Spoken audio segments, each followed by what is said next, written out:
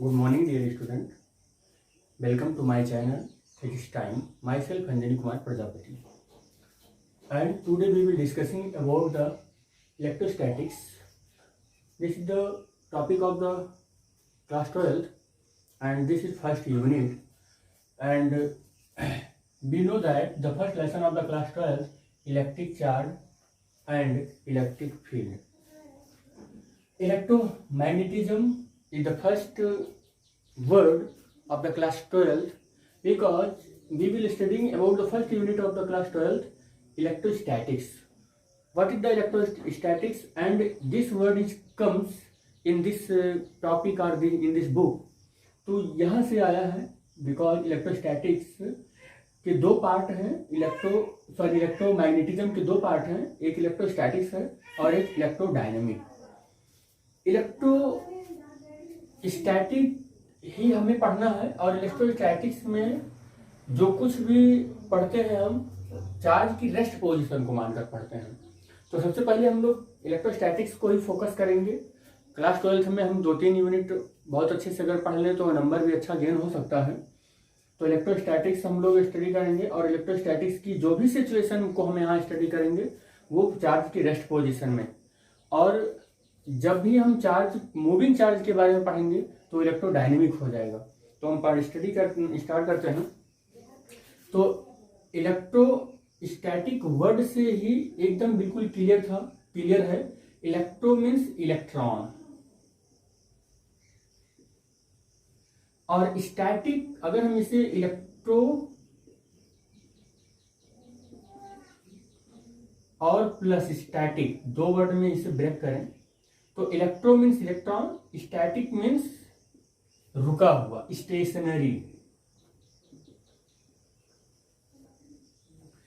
Stationery charge के, electron के रुके हुए पोजीशन में हम जो कुछ भी फिजिकल क्वांटिटी का एक्सप्लेनेशन करते हैं या स्टडी करते हैं, like as electric force, electric field, electric potential difference, जो कुछ भी स्टडी करते हैं that is called electrostatics. What is the electrostatics?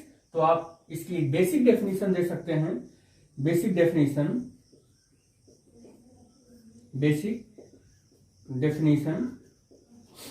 The branch of physics that study the charge in the break phase is called electrostatics. Charge के रुके हुए position में हम जो कुछ भी उसके बारे में, उसकी फेनोमेनन के बारे में स्टडी करते हैं दैट इज कॉल्ड इलेक्ट्रोस्टैटिक्स। इसकी और एक बेसिक डेफिनेशन हम बोल सकते हैं, electrostatics is the study of the electric charge at the rest. Electric charge के रेस्ट, हमारा एज्यूम्पशन सबसे पहले इलेक्ट्रोस्टैटिक्स में क्या होना चाहिए कि हमारा एज्यूम्पशन होना चाहिए कि charge at rest, charge rest में होना चाहिए, या यूनिफॉर्म वेरी स्मॉल वेलोसिटी, बहुत ही स्मॉल वेलोसिटी से चल रहा हो। और चार्ज जब बहुत ही स्मॉल वेलोसिटी से चल रहा हो तो उसके electric field, electric force, electric potential difference, there are many property of the charge की जो कुछ भी स्टडी करेंगे that is called electrostatics. Electrostatics में हम कितने टॉपिक पढ़ेंगे? इलेक्ट्रोस्टैटिक्स में हम पढ़ेंगे electric charge and electric field, Gauss law, electric potential difference and capacitor, ये टॉपिक हम पढ़ेंगे। और इलेक्ट्रोस्टैटिक्स की पहली चीज कि चार्ज कैसा होना चाहिए, एट रेस्ट में होना चाहिए या यूनिफॉर्म वेरी स्मॉल वेलोसिटी से चल रहा हो। तो इसमें केवल और केवल ओनली इलेक्ट्रिक फील्ड होगा। This is the very important line बेटा, ओनली इलेक्ट्रिक फील्ड होता है। जब भी चार्ज रेस्ट में होता है तो उसमें केवल और केवल इलेक्ट्रिक फील्ड होता है, ठीक। और ये जो इलेक्ट्रोस्टैटिक्स की डेफिनेशन है, इसमें जो स्टडी है at the rest position of the charge, उसमें स्टडी किसकी करेंगे? तो स्टडी करते हैं इलेक्ट्रिक फोर्स की, इलेक्ट्रिक फील्ड की एंड इलेक्ट्रिक पोटेंशियल डिफरेंस की, या कह सकते हैं कि we will discussing about the charge in the rest phase.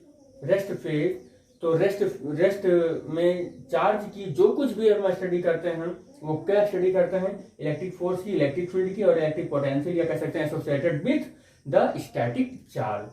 इसी का सेकंड पार्ट जो इलेक्ट्रोडायनेमिक है, यहां हम इलेक्ट्रोडायनेमिक वर्ड को ब्रेक करें तो इलेक्ट्रो मीन्स इलेक्ट्रॉन और डायनेमिक मीन्स मूविंग पोजीशन, या कह सकते हैं मूविंग, या मूविंग पोजीशन। तो मूविंग पोजीशन में मतलब कह सकते हैं कि when the charge is moving with uniform acceleration, charge जब चल रहा हो एक यूनिफॉर्म एक्सीलरेशन से एट द, या कह सकते हैं एट अ कांस्टेंट मोशन और speed,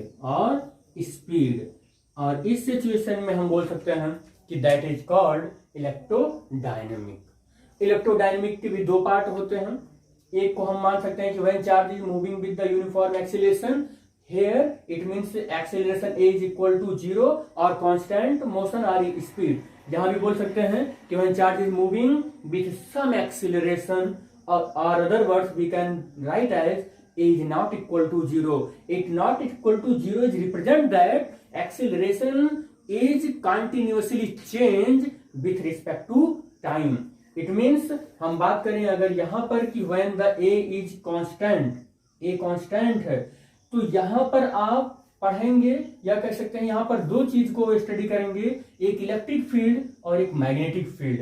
when the charge is moving, लेकिन जब चार्ज मूव कर रहा हो with respect to time, this position of the charge will change. अगर चार्ज की पोजीशन टाइम के साथ चेंज हो रहा है, एक्सीलरेटेड मोशन है, तो वहीं पर आप जहां इलेक्ट्रिक फील्ड और मैग्नेटिक फील्ड पढ़ रहे थे, वहीं पर आप इलेक्ट्रिक फील्ड भी पढ़ेंगे, मैग्नेटिक फील्ड भी पढ़ेंगे, और एक नई चीज से इंट्रोड्यूस हो जाएंगे आप इलेक्ट्रोमैग्नेटिक वेव से। तो आपने देखा कि इलेक्ट्रोडायनेमिक में जब चार्ज यूनिफॉर्म एक्सीलरेशन से होगा तो इलेक्ट्रिक फील्ड मैग्नेटिक फील्ड, लेकिन जब एक्सीलरेट हो जाएगा कांस्टेंट से होगा तो ये एक्सीलरेट हो जाएगा तो इलेक्ट्रिक फील्ड भी रहेगा तो ही रहेगा, मैग्नेटिक फील्ड रहेगा ही रहेगा, और इलेक्ट्रोमैग्नेटिक वेव भी आ जाएगा।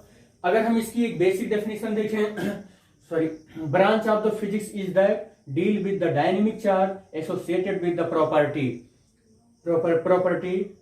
फील्ड, इलेक्ट्रिक फील्ड या इलेक्ट्रिक फील्ड या मैग्नेटिक फील्ड, या बोल सकते हैं magnetic effect, magnetic field, magnetic intensity, और कह सकते हैं पोटेंशियल। इन सब चीजों में हम लोग इन सब चीजों की स्टडी करेंगे, या कह सकते हैं फील्ड, और ये होगा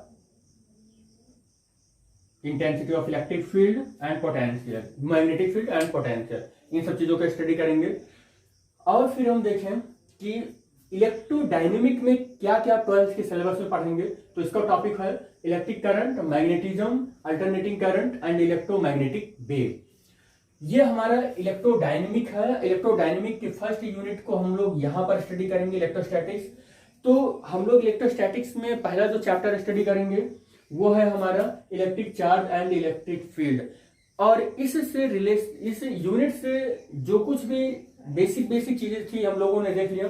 अब देखें यूज ऑफ इलेक्ट्रोस्टैटिक्स क्या होता है।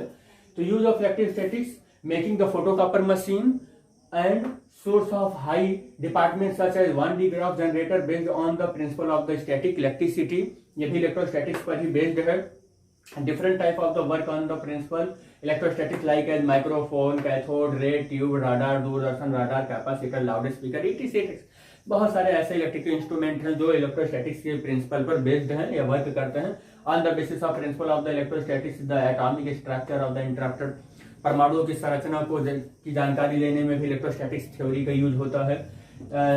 In the electrostatics spraying the paint powder coating, that is the importance of the electrostatics। तो बेटा हम लोगों ने इलेक्ट्रोस्टैटिक्स जो ये यूनिट है उसके बारे में जान लिया कि इलेक्ट्रोस्टैटिक्स क्या है, उसके यूजेज क्या है, और इलेक्ट्रोस्टैटिक्स का प्रिंसिपल क्या है। कि सबसे पहले इलेक्ट्रोस्टैटिक्स में जितने भी चीजें आप पढ़ेंगे उसमें हमारा पहला एज्यूम्पशन क्या होना चाहिए कि electron at a rest position, electron के रेस्ट पोजीशन को में हम जो कुछ भी फेनोमेनन को या कह सकते हैं फिजिकल इवेंट्स को फाइंड करेंगे, that is called electrostatic.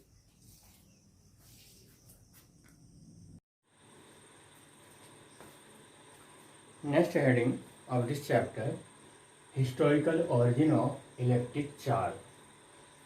Electric charge के इन्वेंशन में जो क्रांतिकारी कदम था, सबसे पहले एक यूनानी साइंटिस्ट थेल्स ने उठाया, जो सबसे पहले ये बात है 640 बीसी से 546 बीसी के बीच में।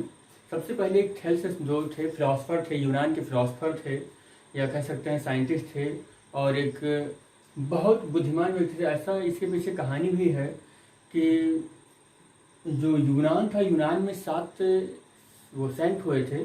उन 7 सेंट में से एक ये भी एक बुद्धिमान सेंट थे। ये बेटा वही थेल्स हैं जो सबसे पहले जो अर्थ का शेप है, डोम शेप है, या कह सकते हैं इन्होंने बताया था कि अर्थ एक तख्तरी की भांति पानी पर तैर रहा है, जिसके फ्लैट वाले और उभरे हुए सिरे पर, फ्लैट सिरे पर हम लोग हैं। तो थेल्स ने सबसे पहले क्या देखा कि अंबर एक मटेरियल है, और उस अंबर के मटेरियल को बिल्ली की खाल से रब करते हैं। रब करने के बाद उसे कागज के छोटे छोटे या टीनी पार्टिकल्स के पास ले जाते हैं, तो they are lifted towards the rod और रॉड की ओर ये जो छोटे छोटे कागज के टुकड़े थे वो अट्रैक्ट हो रहे थे। इस अट्रैक्शन की प्रॉपर्टी को उन्होंने बहुत अच्छे से तो एक्सप्लेन नहीं किया, बट ये एक ऐसा क्रांतिकारी कदम था जिससे एक बहुत बड़ी सोसाइटी में परिवर्तन कहा जा सकता है। तो ये इन चीज़ों को उन्होंने रिसर्च किया, लेकिन कारण ना बता पाने की वजह से उनकी ये थ्योरी, ये थीसिस ऐसे ही पड़ी रह गई, और लगभग 2500 सालों तक इनकी ये थीसिस पड़ी ही रह गई।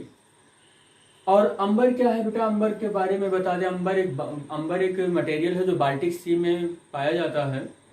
तो अंबर का रॉड होता है, उस रॉड को उन्होंने रब किया था मरी हुई बिल्ली की खाल पर या डेड कैट लेदर पर। उनकी ये पूरा एक्सपेरिमेंट 2500 सालों तक ऐसे पड़ा रहा, बिल्कुल धूल खाता रहा और कोई देखा ही नहीं।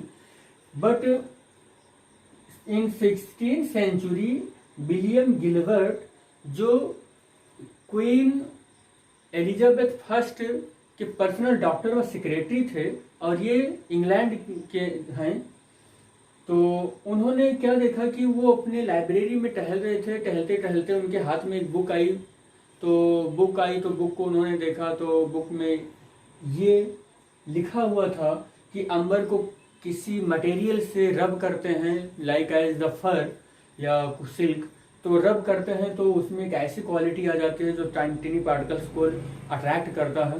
तो उन्होंने पढ़ने के बाद फिर उन्होंने ये सोचा कि अगर ये मटेरियल ऐसा बिहेव देता है तो क्या इसके लाइक और भी मटेरियल हैं जो ऐसा बिहेव देंगे। तो उन्होंने क्या किया कि उसी के एलॉन्ग, उसी के पैरेलल ग्लास रॉड लिया, फ्लानोन रॉड लिया, लाख रॉड लिया, आबनूस का रॉड लिया, और सिल्क पर, फर पर और स्किन पर और लेदर पर बहुत सारी जगहों पर रब किया। रब करने के बाद देखा कि वही सेम प्रॉपर्टी टिनी पार्टिकल्स को अट्रैक्ट कर रहे थे वो सब रॉड। तो गिलबर्ट ने इस चीज को, जो थेल्स ने देखा था, इस चीज को और आगे बढ़ाया, और बढ़ाने के बाद वो उसमें समझ सकते हैं कि आग में घी का काम। ये चीज ये एक्सपेरिमेंट एक ऐसे डायरेक्शन में ले जा रहा था जो आज की सोसाइटी जिसकी सबसे बड़ी मांग है, यानी कि इलेक्ट्रिसिटी की मांग है जो। तो ये, और गिलबर्ट ने क्या किया कि अंबर के हर एक प्रॉपर्टी को, इन सब मटेरियल्स को यूज करके हर एक प्रॉपर्टी को बहुत अच्छे से सिस्टमैटिकली यूज किया, और यूज करने के बाद अपने बुक में, जिस बुक का नाम था डी मैग्नेट, जिसका अर्थ होता है ऑन द मैग्नेट। तो ये लैटिन वर्ड है डी मैग्नेट। तो इसमें इन्होंने ऑन द मैग्नेट, इसका जो मीनिंग है, इस बुक में उन्होंने क्या उसने सोचा, गिलबर्ट ने ये सोचा कि इस रीजन को, इस फेनोमेनन को हम कुछ नाम देंगे, और अपनी उस बुक में उन्होंने नाम क्या दिया, इलेक्ट्रिका। क्या नाम दिया, इलेक्ट्रिका, फॉर द सच सब्सटेंस, ऐसे सब्सटेंस जो अंबर लाइक बिहेव कर रहे थे। और फिर उन्होंने एक जो ये मटेरियल अट्रैक्शन का हो रहा था, रिपल्सन का हो रहा था, जो ये फेनोमेनन घट रही थी, उसमें जो बिल्कुल इंट्रिंसिक प्रॉपर्टी के तौर पर जो यूज किया, उस वर्ड को यूज किया उन्होंने, इलेक्ट्रॉन। और इस इलेक्ट्रॉन वर्ड को इन्होंने आगे वेरीफाई किया कि ये क्यों होता है, कैसे होता है। इससे जो घटना है, उस घटना को उन्होंने बोला कि ये इलेक्ट्रिसिटी है।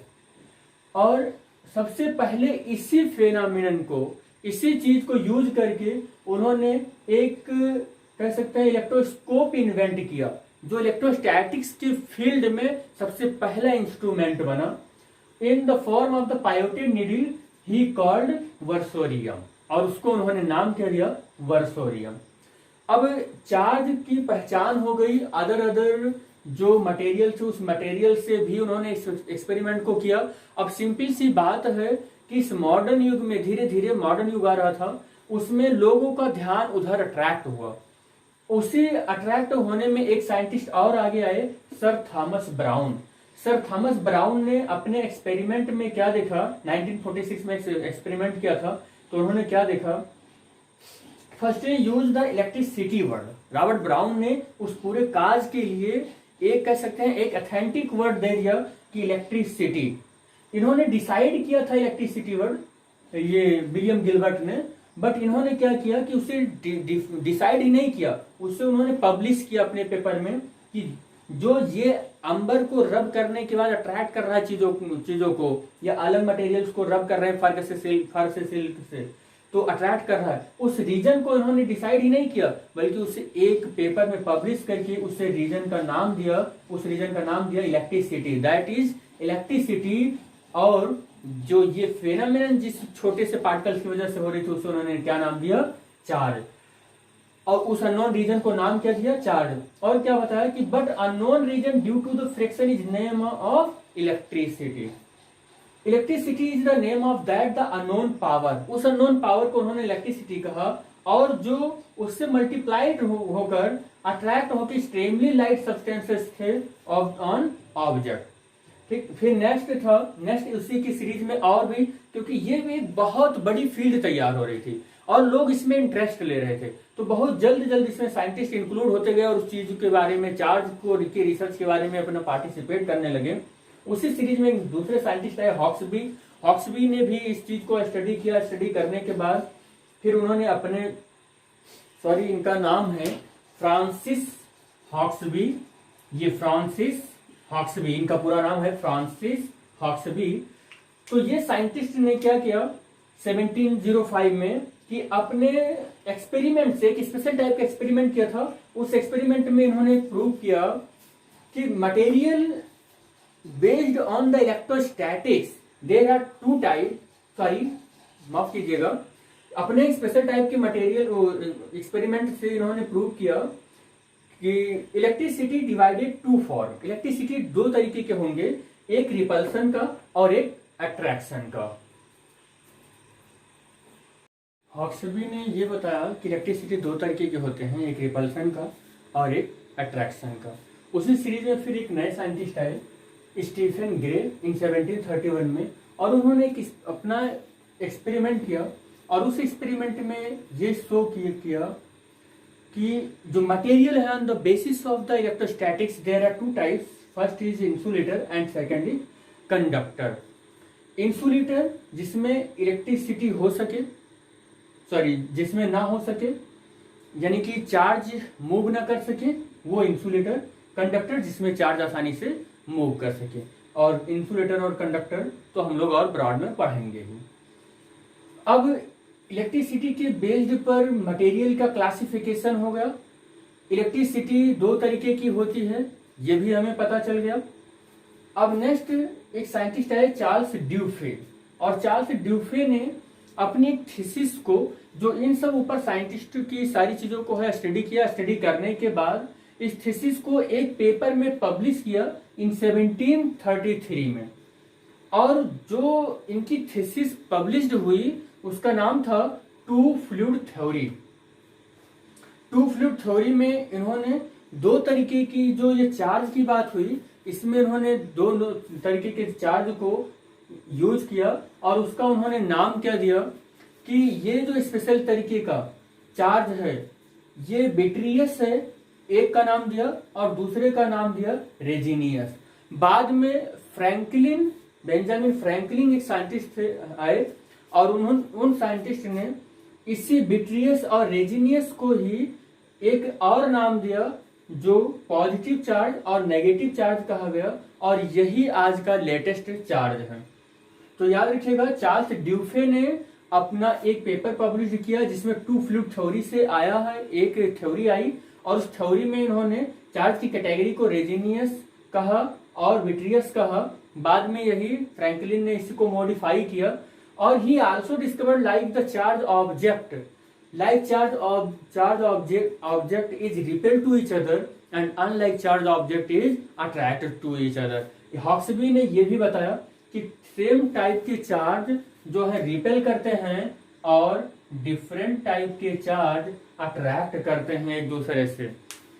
हॉक्सबी ने साथ ही साथ उसी टाइम पर उस पेपर में एक चीज और बताया कि जो डॉक्टर स्टीफन गिरे थे, उन्होंने ये माना था कि इलेक्ट्रिसिटी मटेरियल के कलर पर डिपेंड करता है। उस एक मिसकॉन्सेप्शन को भी हॉक्सबी ने दूर किया और कहा, चार्ल्स ड्यूफे ने दूर किया और कहा कि इलेक्ट्रिसिटी ऑब्जेक्ट के कलर पर डिपेंड नहीं करता है, ओनली उसके नेचर पर डिपेंड करता है कि इस पर कितना चार्ज है, जैसे लोहा या आयरन या गोल्ड एक्सेट्रा। फिर लास्ट में ये कह सकते हैं कि सबसे रेवोल्यूशनरी जो कदम था चार्ज की ओर वो था इन 1750 सेंचुरी में से 50 में बेंजामिन फ्रैंकलिन का, जो अमेरिका के रहने वाले थे, इन्होंने बताया कि चार्ज जो है there are category of charge there are two types, one is the positive and another is negative. और उन्होंने ये भी बताया साथ ही साथ, here the quality of the charge is similar but nature are described as different। Charge जो हैं वो सेम होंगे लेकिन उनकी जो नेचर होगा वो डिफरेंट होगा और इस डिफरेंट नेचर को हम लिखेंगे कैसे, with the sign convention. It means positive charge है तो पॉजिटिव साइन के साथ, नेगेटिव चार्ज है तो नेगेटिव साइन के साथ। बेटा जो ये बेंजामिन फ्रैंकलिन की जो थ्योरी पब्लिश हुई थी पेपर में, उसे नाम दिया गया था वन फ्लूइड थ्योरी।